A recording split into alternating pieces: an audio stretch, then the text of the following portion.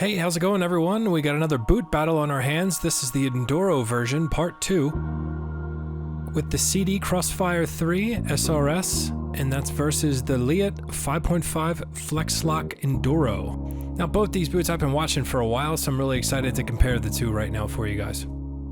Alright, so first up the Sidi. It's a little different than your average dirt bike boot. Now this inner liner is adjustable, so you can have different calf sizes, but it leaves the cuff a little floppy. So as you're trying to buckle this up, and this is the first time I'm trying to buckle it, so maybe it'll get easier at time, but I felt it just a little too fiddly to get on and off. And now on to the Leatt. I gotta say this boot actually slides on nicer than most motorcycle boots that I've ever worn. The buckles line up very nicely.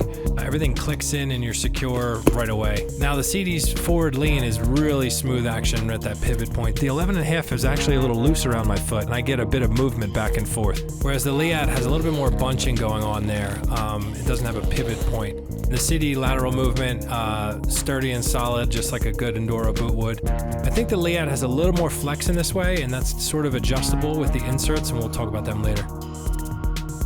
Alright, now on the Sidi, the buckles, man, they work great. As soon as you pop them, they move out of the way, they release instantly, and after a little bit of Velcro action here and reaching in and grabbing that inner one, you can slip it off.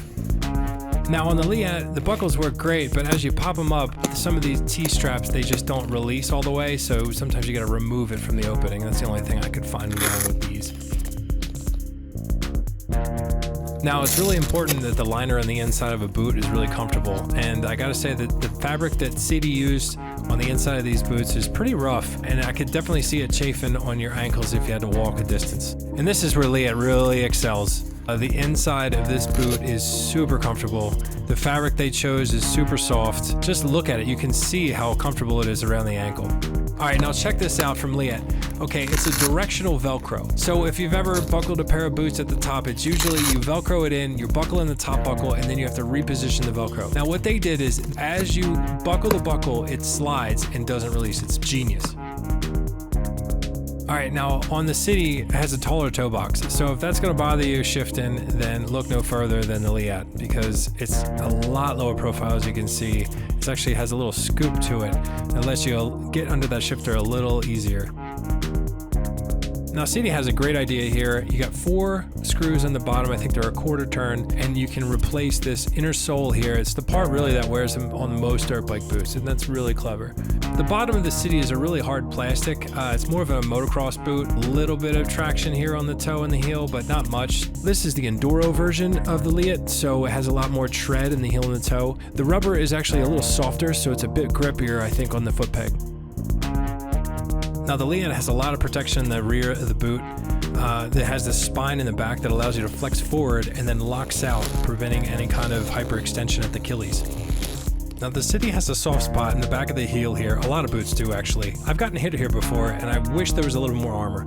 Now the bolt on the cuff of the Sidi is supposed to lock out any kind of hyperextension, but you can bend quite far on one of these, so I'm not sure what would happen in a crash. Now, as I mentioned earlier, the Leatt has a little more flex laterally, and that's because of this red bushing. Now, if you'd like it a little tighter, they give you an extra set, and you can pop them in and make the boot a little stiffer. I don't think there's another boot out there that has so many replaceable pieces. So Sidi really excels in being able to replace broken pieces and just have these boots for a really long time. I think that's really great at Sidi. There are screws everywhere. It looks like an erector set, but it's kind of nice.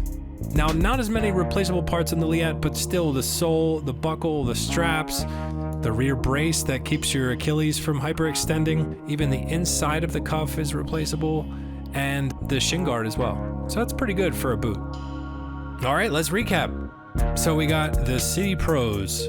Great quality, replaceable parts, adjustable inner liner, replaceable soles, smooth buckles, smooth forward flex, and they're pretty easy to walk in too. Alright, so here's the cons that I came up with on the Sidi. More expensive for less comfort, it was what it came down to for me.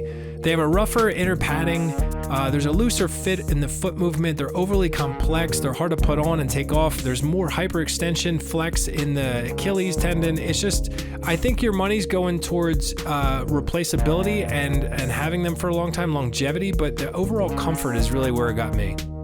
All right, and here's why I went with the Leatt. Very comfortable, no heel lift at all, low profile toe box, easy shifting. They have an Enduro tread pattern. The lockout for the hyperextension on the Achilles is perfect. Adjustable lateral flex, and they look great, and the quality feels really good. All right, here's the cons I came up with for the Leatt. Extra padding might remove the feel of the brake and the shifting pedal. We're gonna find out as I ride on these. There's no half sizes, so I went with the 11 instead of the 12. I usually wear 11 and a half. The T-buckles, they get snagged, as I pointed out. They are squeaky as fuck. They're hard to replace the soles, and the long-term durability might be questionable. You know, I might not have these as long as I could wear a pair of CDs, but I think if I wore through the sole in these things, I probably had them for 4 or 5 years. By then, I'm probably gonna want a pair of new boots. That's really what it came down to, I think, for me. And leave a comment below. Tell me I'm crazy for shitting on the CD. You know, I know a lot of people ride them. There's a great Enduro boot, and Leatt hasn't really proven themselves in the boot market quite yet, but I've got quite a decent amount of gear of Leatt, and man, they're a great company, and I've always wanted to try these boots, and I'm not surprised at all by how well they fit. All right, take it easy, everyone. Thanks for watching.